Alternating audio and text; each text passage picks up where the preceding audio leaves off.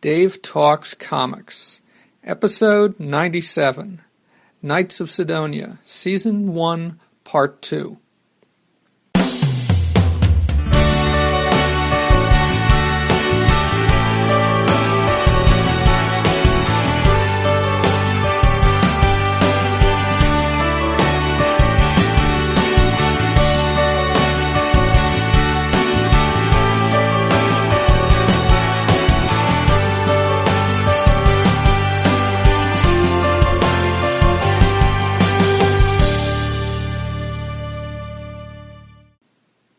Welcome to Dave Talks Comics, a program about comic books and cartoons.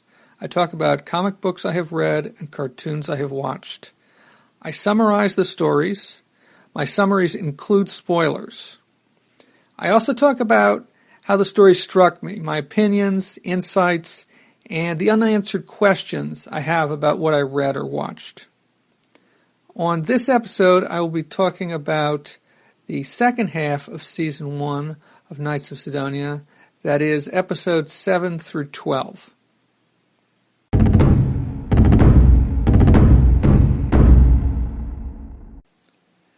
Episode 7 of Knights of Sidonia is called Resolve.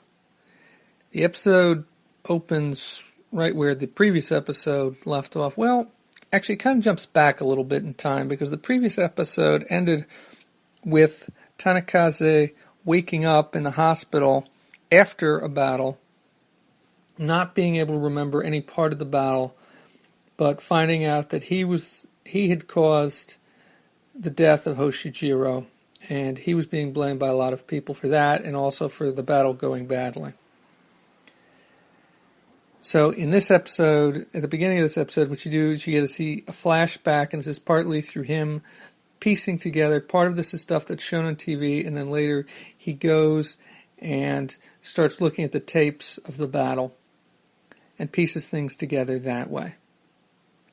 So what you see is a bunch of guards. These are the ships, the giant robos that the pilots fly in, going out to attack the Gauna. And it's just one of them. I believe this is Gauna 488, and I think that there were about 16 of the guards, but I'm not certain that that's the correct number.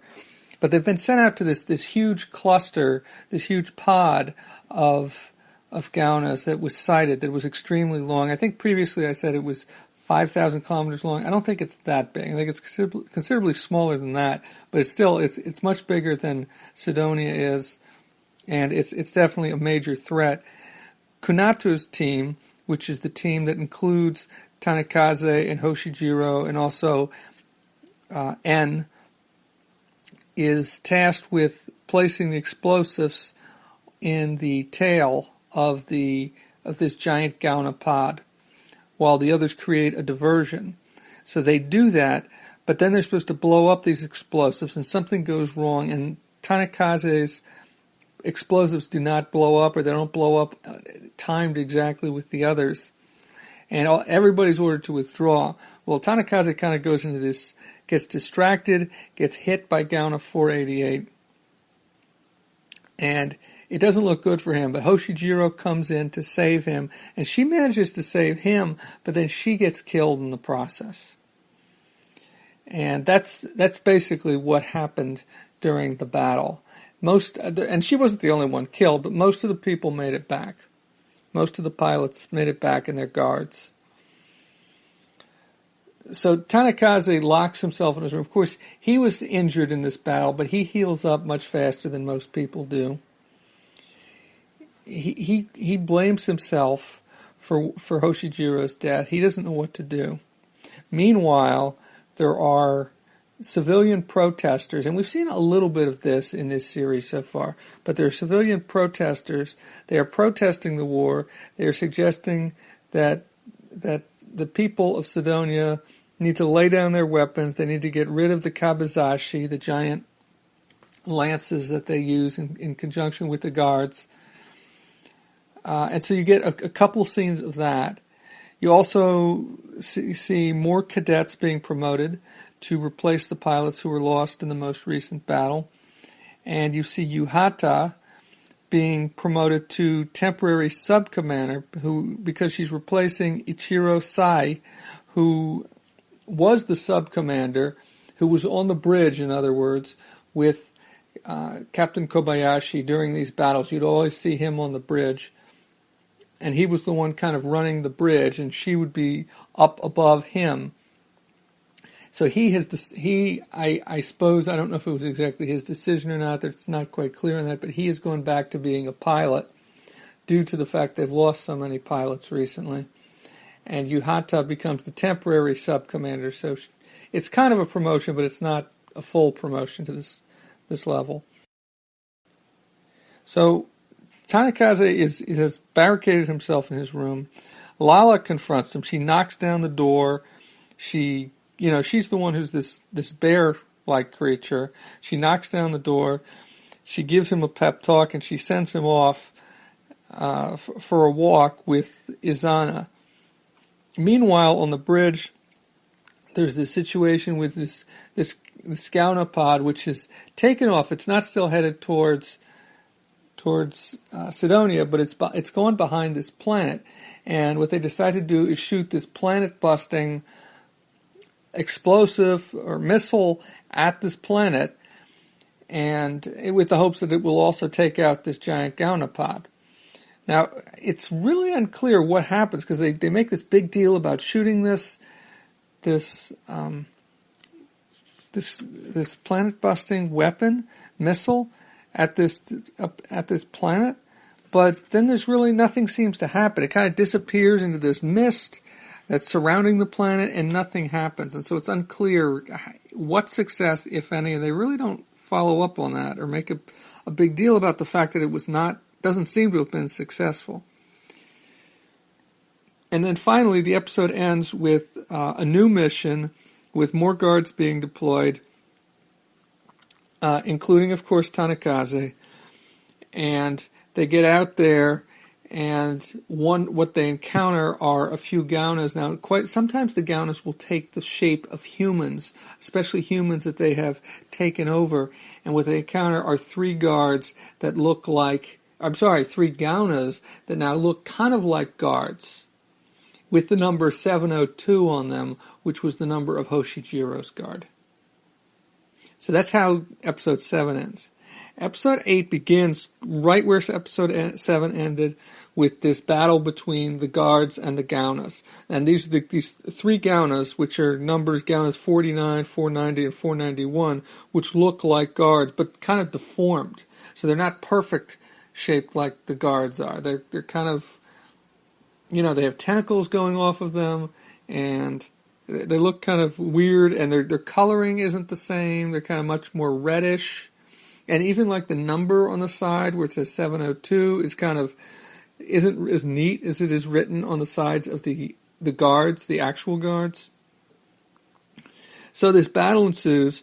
It's 12 on 3, basically 3 squads including the Kunato squad. The Samari squad is another squad, and I can't remember the name of the third squad. But the Samari squad and the Kunato squad basically dispatch the Gaunas that they're dealing with without a serious loss of life, without much. And Tanikaze retrieves, because attached to these Gaunas are a little... It's almost like there's a person attached by a lifeline, which I guess would probably be a tentacle. And so when they blow up Gauna 491, which is the one that the Kunato squad takes out, this little figure that looks like a person, little in comparison to the guards, but it's human size, is still there. And Tanikaze uses some container that he has, and he scoops up this, what they call an ENA, E-N-A, ENA, which is, I don't know, kind of like I guess maybe the brain of the Gauna.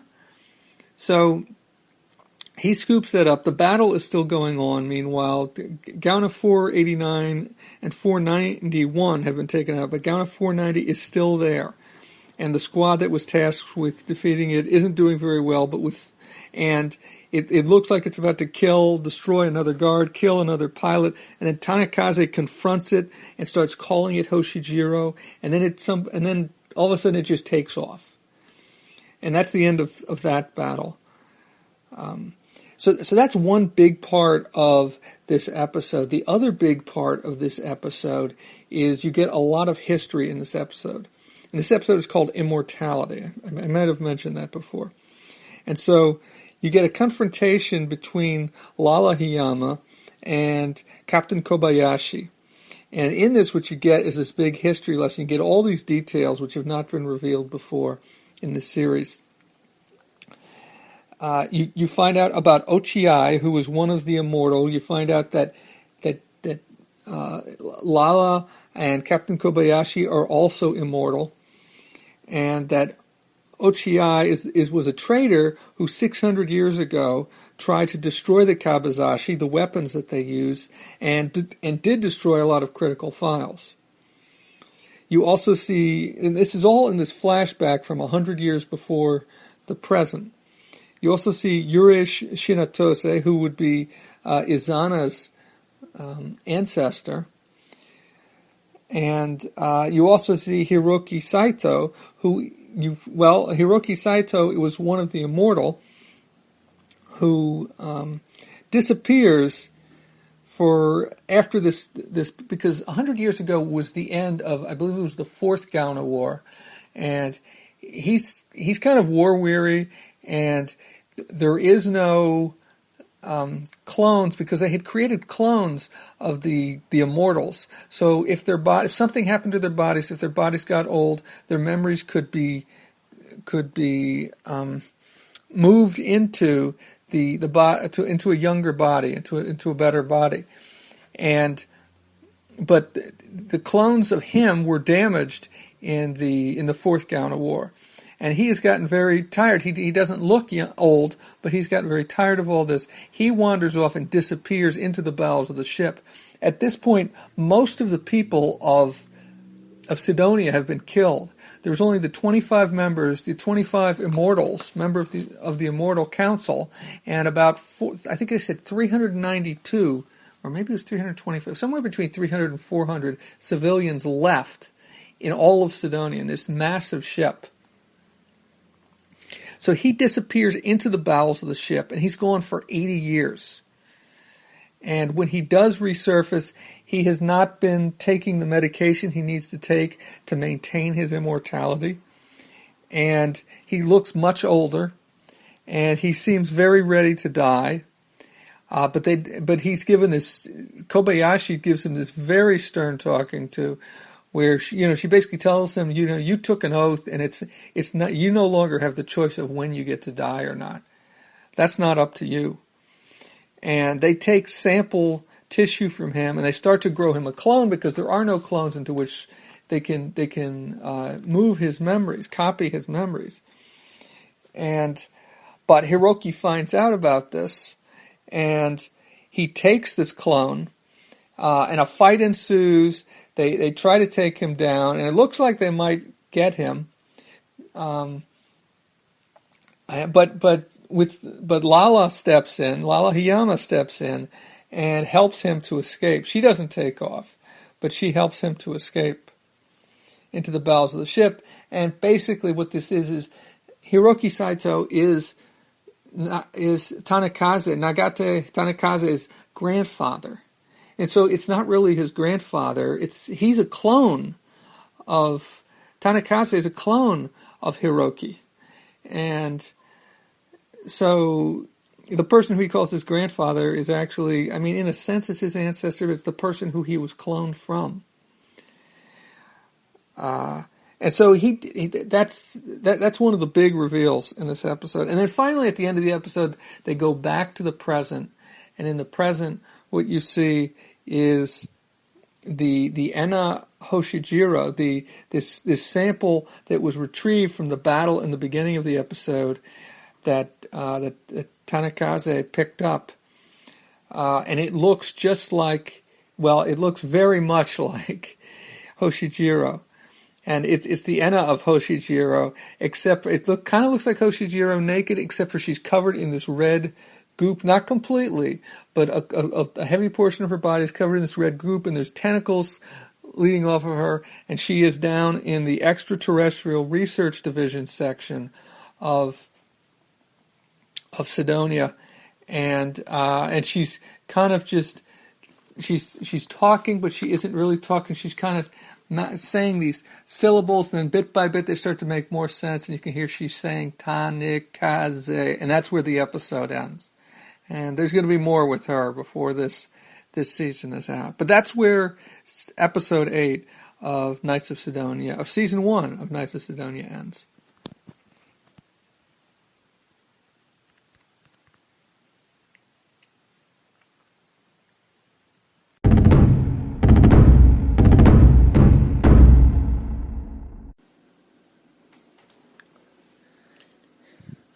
Empathy, which is the title of the 9th episode of Knights of Sidonia, or the 9th episode of Knights of Sidonia, is definitely what I refer to as an in-betweener. It's an episode in which there isn't one story. There's a lot of different things going on, and it's setting up things for future episodes. So there isn't one thing. So I'm just going to talk about some of the different things that are going on without trying to go through the episode chronologically, because it just gets very complicated if you try to do it that way. And I don't want to spend that much time talking about this episode. One of the major developments in this episode is that Nagate meets and grows closer to the Hoshijiro Enna. Over a series of visits, I think we see at least 2 visits in this episode.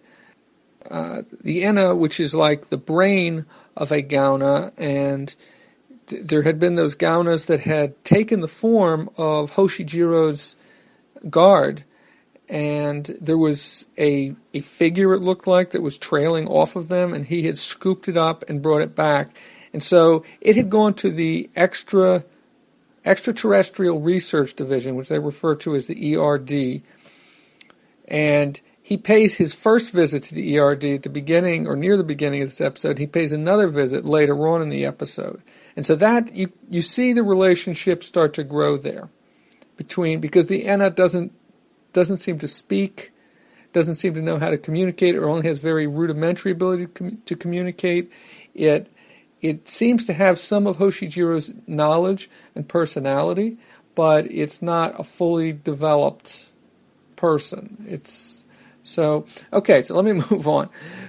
There's also some developments that deal with Kunato, who was Tanikaze's former squad leader. And we learn in this episode that he's stepped down from piloting. He's no longer going to be a pilot. Part of this has to do with that last battle that he was in which he's having nightmares about it, is what's happening. And he doesn't want to have to deal with that. From the appearance of his house, he looks like he's very rich. And so maybe it's something where he has the opportunity, unlike some people, to refuse service. I'm not sure about that. And then the other interesting development with Kunato is that he sees Captain Kobayashi and Yurei Shinatose, this is Izana's grandmother, although they're both wearing masks. I don't know if he knows them by name when they are wearing masks, but he sees both of them enter his house and go down to this sub-basement. And for some reason, he doesn't have access to this sub-basement. And at first, he can't observe what they're doing, but then with some help from his assistant, he's able to break into the security system and watch them on camera and see what's going on and see them visiting this clone, which is kept down there, of Ochiai, who was the renegade scientist from 1,000 years ago. Was it 1,000 or was it 700 years ago? I'm not sure. Who had...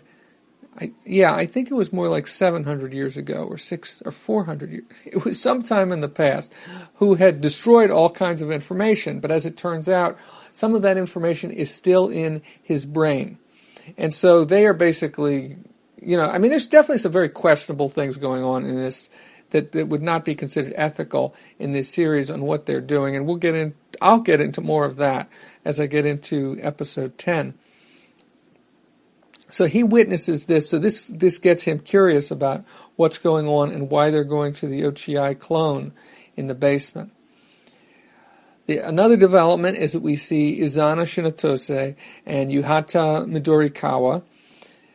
Both are concerned over Nagate spending time at the ERD with the Hoshijiro Enna.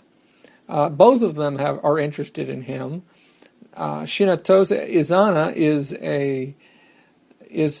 as I mentioned before, is not really either male or female, but she seems to tend towards female, and the voice is female, and that's why I refer to Izana as female. She's definitely interested in Nagate, and so is Yuhata. And it's kind of funny because at the end of the episode, in separate scenes, he makes dates with both of them, and that will carry forward into the next episode. We also get a little more information about Yurei Shinatose. This is Izana's grandmother, and we see her giving information about the population, about the plans to grow the population, and this is a flashback to 100 years prior. Yeah, and I guess it was 100 years ago that I think that's when it was, that Ochi was killed. I'm not sure now. But we see a flashback to 100 years prior where Yurei Shinatose is giving a talk and talking about how the plans are to grow the population of Sidonia to 500,000 over the course of a year, and this is from a population of something like just a few hundred, which freaks people out, and she tries to calm them down by talking about how, well, the people of the future will be able to photosynthesize, and I'm not sure how that makes it easier to raise all these people, but I suppose it would relieve some concerns about how to feed all these people. And of course, the ship is huge, so the ship, I guess, can hold this many people. The other interesting development, there's a new character introduced. That's Numi Tahiro, and she is the researcher at the ERD, the Extraterrestrial Research Division, who's keeping an eye on the Hoshijiro Enna, and is there every time that Nagate goes to visit. Oh, and then we also get a news story about the colonization mission which is getting ready to take off. And there was a little bit about this in prior episodes, about how there was people who wanted to leave Sidonia, wanted to colonize a planet, who believed that the real problem is the kabazashis, and the kabi, which is the material that the kabazashis, that the points of the kabazashis are made from, and these are the weapons which can kill the Gaunas. And they believe the Gaunas can sense this material, and that's why they're attacking, and they wouldn't attack if they didn't have these. And so these people want to leave Sidonia and colonize a planet, because humans have been traveling in Sidonia for about 1,000 years, as I think I said the last time I talked about this. So that's it for episode 9. As I said, there's no real storyline going through it. There's all these different things happening. And this is part of what makes watching the series kind of difficult. I love the animation. I love the way they do it. And I kind of like going back and putting all this stuff together. But it's also not easy. Now, the 10th episode is called Decisions. This is definitely a tighter and more focused episode than Empathy was, the 9th episode. The focus in this episode is really this new weapon that comes to light. And it's not really new, but it's new to the viewer, the reader. It's new to the people who are taking in this story. And over the course of the episode, we learn what it is and where it comes from. So this episode begins by picking up on the storyline, the little bit in the previous episode where we saw Nagate make plans for a date with both Izana and Yuhata. Both of them wanted to go away with him for a day. And so what we see at the very beginning of the episode is the three of them going away together. And the two girls are not happy at Nagate for making dates with both of them at the same time on the same day, because it's the only day they have off for like at least 2 weeks. So they go to this inn, the Gravity Inn, and one of the interesting things that happens is that Captain Kobayashi is there as at the inn greeting them, but of course she's not wearing her mask now, and normally she is. So Yuhata and Izana don't recognize, despite the voice, I guess. Maybe the mask obscures the voice a little bit. I hadn't noticed that. But they don't recognize Captain Kobayashi, but of course Nagate does. And at first he starts to stutter, but then he kind of catches himself. Now, what Yuhata has found out is, and part of the reason why she chose this inn as the place to go, is that there's a lake right next to the inn, and that underneath the lake is one of Ochiai, this heretic scientist, as they describe him, his old research facilities is under there. And Yuhata somehow has gotten her hands on a key to open up the research facility. So they get into this research facility, after which they kind of stumble around in the dark for a bit because there's no lights, but Yuhata has brought a flashlight. And they stumble around, they find an elevator, the elevator's broken. Nagate manages to fix the elevator, and they take the elevator down. Finally, the elevator stops. They get off the elevator, they're kind of wandering around. They're in a no-gravity environment. Izana doesn't have shoes that are appropriate for that, and so she starts to float up, so she has to hold on to Nagate. And then, all of a sudden, they're surrounded by security personnel, and they are sedated with darts. And you see, Nagate takes like 3 darts to sedate him, and I suppose that's because of his physiognomy, or his because as I've noted in the past, he heals much faster, so that must be why it takes more to sedate him than it does his 2 companions. So when he wakes up, he is with Yurei Shinatose and Captain Kobayashi. And they explain to him, they start to tell him about Ochiai's experiments. And they show him, because what they tell him is that Ochiai was experimenting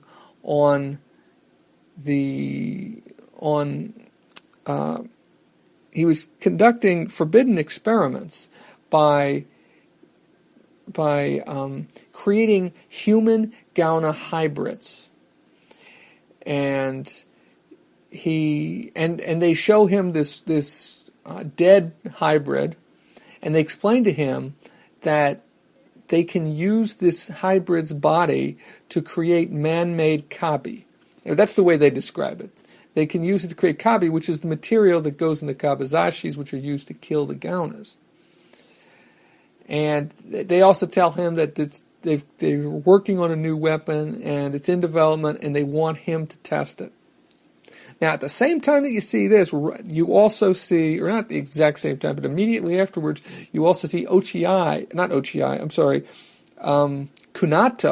at home discovering some of the same information, at least he doesn't know about the weapon, but he's learning about Ochiai's experiments and his human Gauna hybrids. Now, about the same time, the other thing that happens is that this colony ship that was talked about in the previous episode has taken off. And it is quite a way, it's supposed to be settling the 7th planet of the Lem system, I believe. And it's quite a ways from Sidonia when an alarm goes off, and it turns out that a Gauna is approaching the colony ship. Now, the colony ship has taken off without any weapons because they think that they'll be safe, that the Gauna won't attack them if they don't have any weapons. But so Captain Kobayashi, let me put it this way: Nagate, hearing the alarm, insists that they let him use this test weapon, this weapon that's not fully complete, but they have it's there's a test version, I guess a beta version of it available, and he wants to take this. And basically what it is it's a giant gun which fires a round that is made, that has in the tip, it has copy. This man-made copy from the human Gauna hybrids. And so he convinces Captain Kobayashi to let him go to try and save this colony ship that's under attack, because the colony ship is, I think they said, the Gauna is only 80 kilometers from the colony ship when the alarm goes off, but Sidonia is 5,000 kilometers from the Gauna. So there's no way they could reach the Gauna in time. But using this, apparently he is able to get there fast enough and fire, and his first shot goes wide, and he's kind of trying to regain control of his ship because firing the weapon set his ship off, but then the second shot he's able to kill the Gauna. Now, as he's doing this, Captain Kobayashi is expressing doubts. She's wondering whether she did the right thing in allowing him to go out there, and for two reasons. First off, she doesn't like the colonists. These people who want the pacifists is also what they're referred to as. She doesn't like them, and she thinks it would be a good example to see them for the population of Sidonia to see them get killed. So she thinks she might have made a mistake there, and she also wonders if Nagate will turn on her as Hiroki did, and of course Nagate is a clone of Hiroki. So he saves the colony ship, and he comes back, and everybody seems happy except for Izana. And Izana is depressed because she just found out that she's been promoted to full pilot. And she knows about the high mortality rate of new pilots. And she feels also like she's losing Nagate because he's spending all this time with the Hoshijiro, and you see a little more of that in this episode. And she slips, and she almost falls to her death, and Nagate manages to save her. But so this is where and then finally at the very end of the episode, and you really don't get much of this, but another one of these huge Gauna pods showed up in, what was it, episode 7, I think? No, wait, I think it was 6. Episode 6, the one that they attacked before that, which was the battle in which Hoshijiro got killed.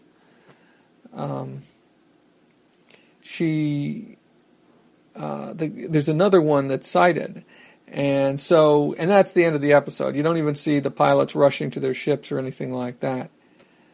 And so 2 episodes left.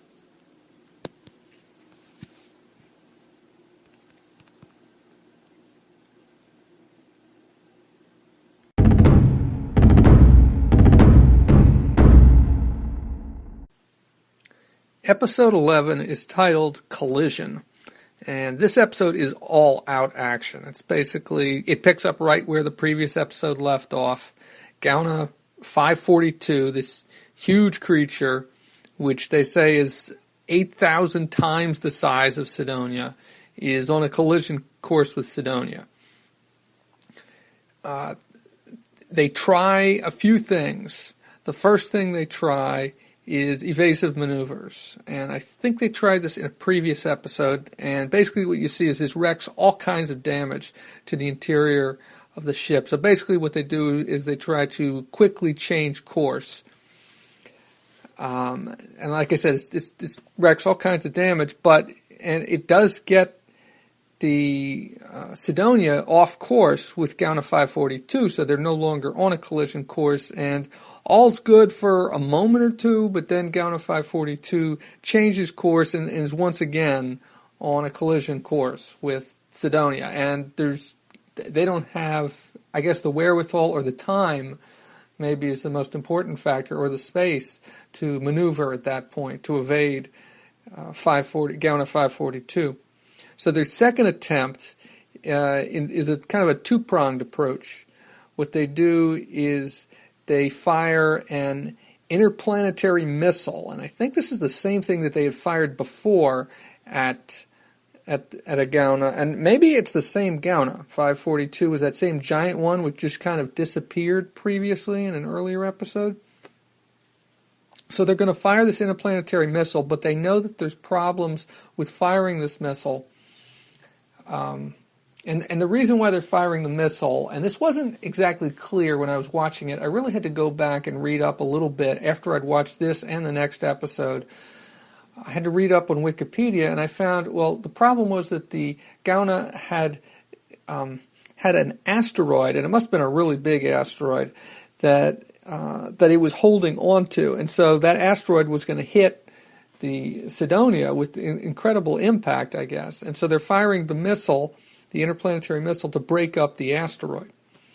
But they know that there may be some problems, that the Gauna may be able to deflect the interplanetary missile. And so what they decide to do is, the second part of their approach is to send out 48 guards who are equipped with these new weapons that Nagate had tested in I think it was the previous episode, or maybe it was the one before that. It was either episode 9 or episode 10.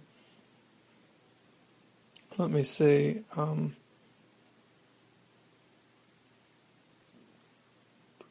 Yes, it was episode 10 in the previous episode.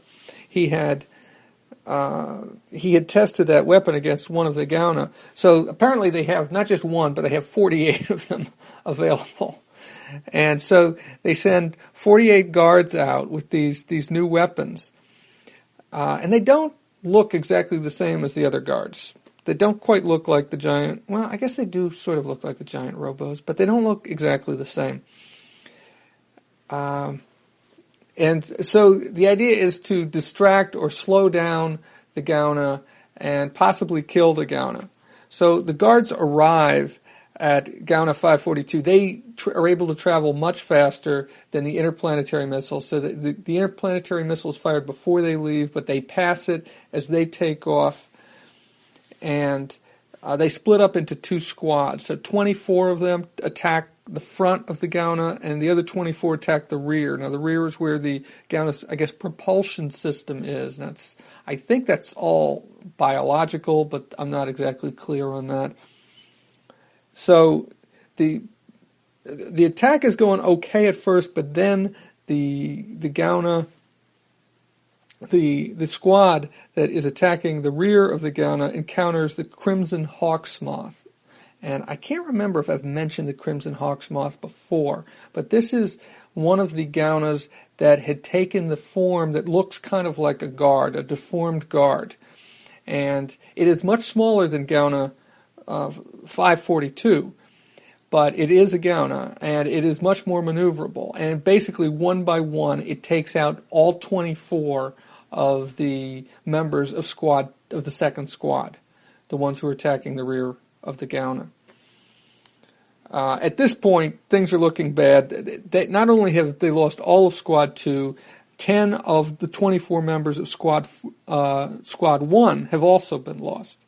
And so at this point, Yuhata, who is the kind of the assistant commander or the executive officer on the bridge back on Sidonia, announces that they've got a new strategy. She devises a new strategy. She runs it past Captain Kobayashi, who approves it.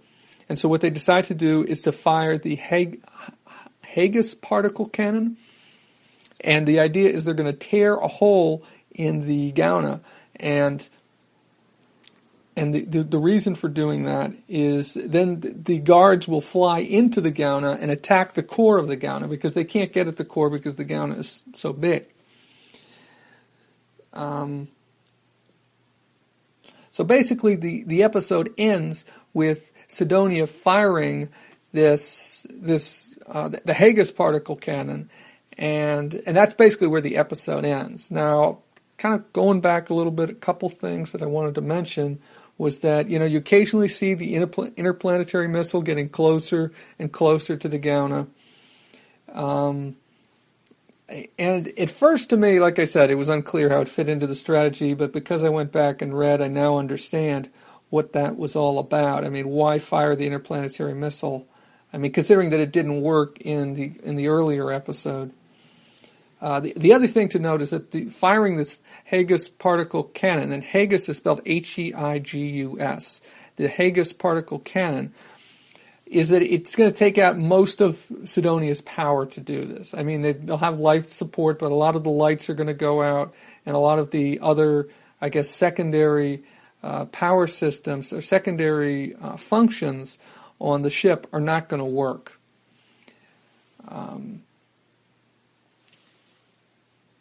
And you also see in this episode that the Immortal Council, who were these, I don't think I've mentioned them before, but the Immortal Council are these people who are kind of in these life support systems, these life support pods, and they kind of are in a horseshoe shape. And once or twice in this, we've seen Captain Kobayashi go to talk to them, and you can't see their faces. Their faces are covered with these helmets. You can see their eyes, but that's basically it. And you see them conferring as all this is going on in this episode, and it sounds like they've got doubts about the way Captain Kobayashi is handling things, and they talk about preparing their escape in case, and I don't know how they would escape from the Gauna, but hey.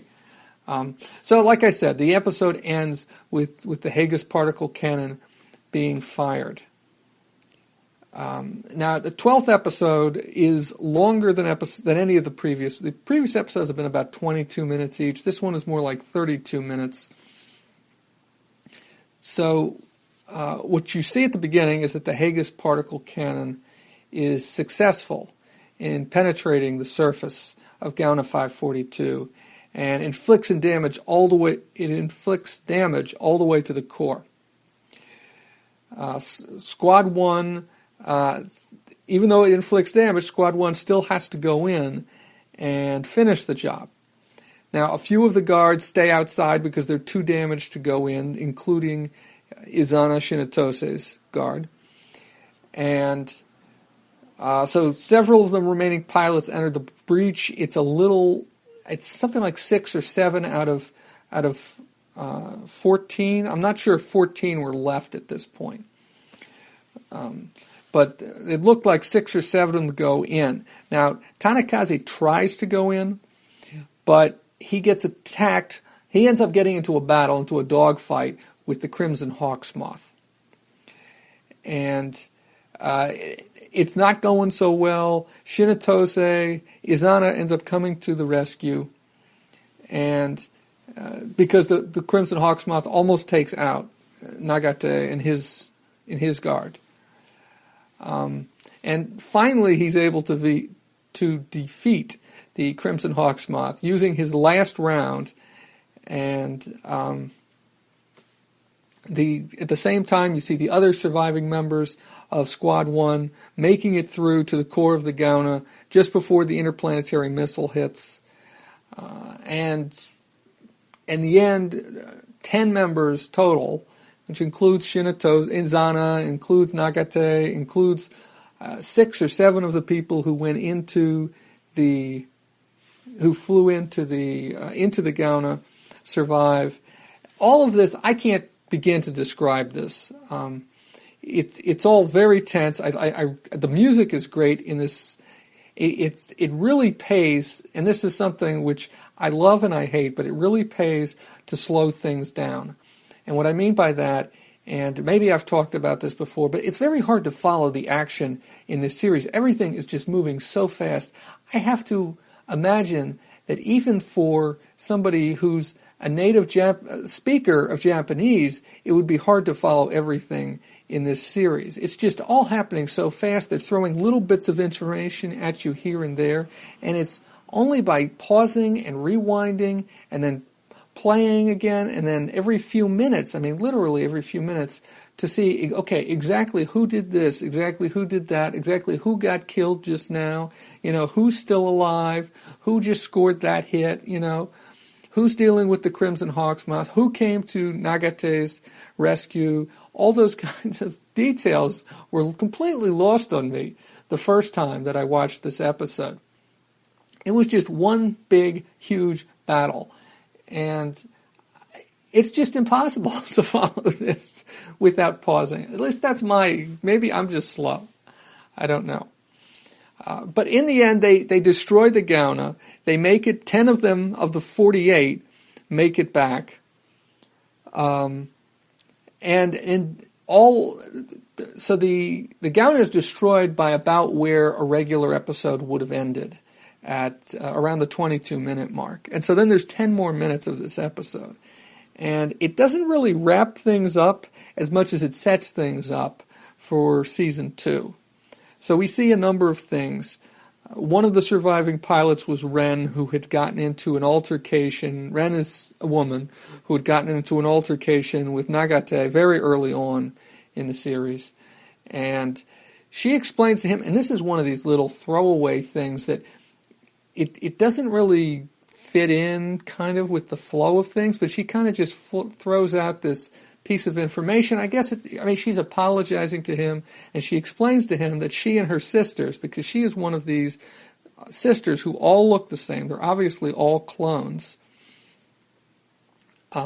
She is one of them, that technically they're only 5 years old, that their bodies have been aged. They look as though they're in, late teens, like Nagate and Izana and Yuhata, but apparently they were, their bodies were rapidly aged. They were educated over that 5-year time span, and she doesn't give all this. Some of this I've picked up on Wikipedia, but this is just one of these bits of information that's thrown out in this last 10 minutes of the episode.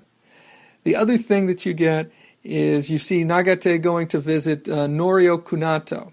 Norio is the guy who did lead the squad, the 4-man squad that Nagate was a part of, and who quit after the battle with the Crimson Hawksmoth, with the Gaunas that took the form of the deformed guards that sounded like Hoshijiro. And he at that point he was too rattled by his experience out there, and he had stepped down. And so Nagate tries to go to him after Gauna 542 has been beaten and convince him to come back, but Norio won't even open the door for him. And Norio, at this point, is more interested in what's going on in the sub-basement of his home. What he found out in either the last episode or the one before. I think it was the one before. I think it was episode 9, where he saw Captain Kobayashi and Yurei, I think it was Yurei Shinotose, Izana's grandmother, go down into this, and he knows something about there's somebody down there. It's the Ochiai clone. The Ochiai being, of course, this renegade scientist who most people believe was executed, but who they still have a clone of him because there is knowledge in his brain that they need. And he's much more interested in that. And so I think there's going to be developments along that line in the second season. And finally, we get to see Nagate going to visit the Hoshijiro Enna. This is the bit of the Gauna that he recovered a few episodes back, that has been kept at the Extraterrestrial Research Division in a cell, and that he has gone to visit on a few occasions. And he's going to visit her, and he's bringing her a present, and when he gets there, he sees that she's vanished. And that's really that, and that's where it ends, So it really doesn't give you. You get a satisfying conclusion to the battle with Gauna 542, but it also sets up a lot of things for the season to come.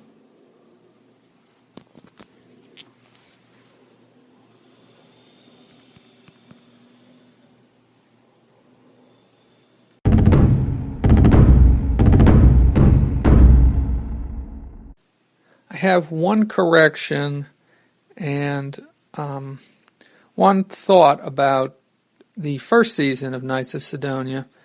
The correction is that at one point I talked about the Sidonians trying to repopulate to get back up to 500,000 people in a year. It was actually a century, 100 years, which still is quite an achievement, considering they were starting from 300 or 400 people but makes a big difference, I think.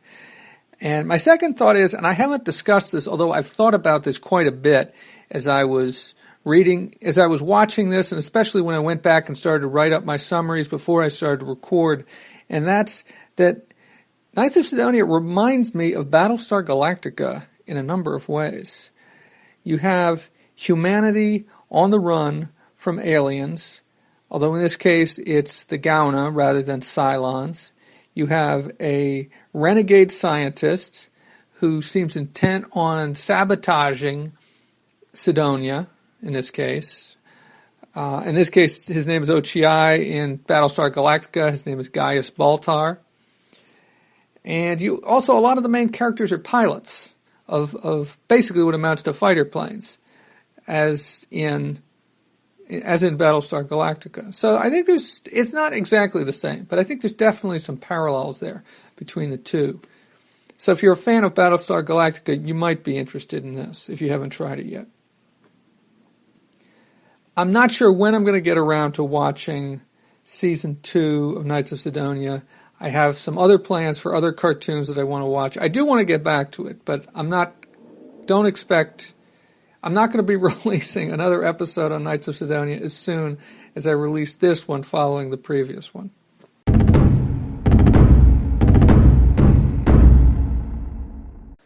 That's it for episode 97 of Dave Talks Comics. Dave Talks Comics can be found on the internet at davetalkscomics.com and facebook.com/DaveTalksComics. On Twitter, at Dave Talks Comics. Email can be sent to davetalkscomics@gmail.com. Next time on Dave Talks Comics, I'll be talking about Superman Adventures. I'm Dave. Thank you for listening.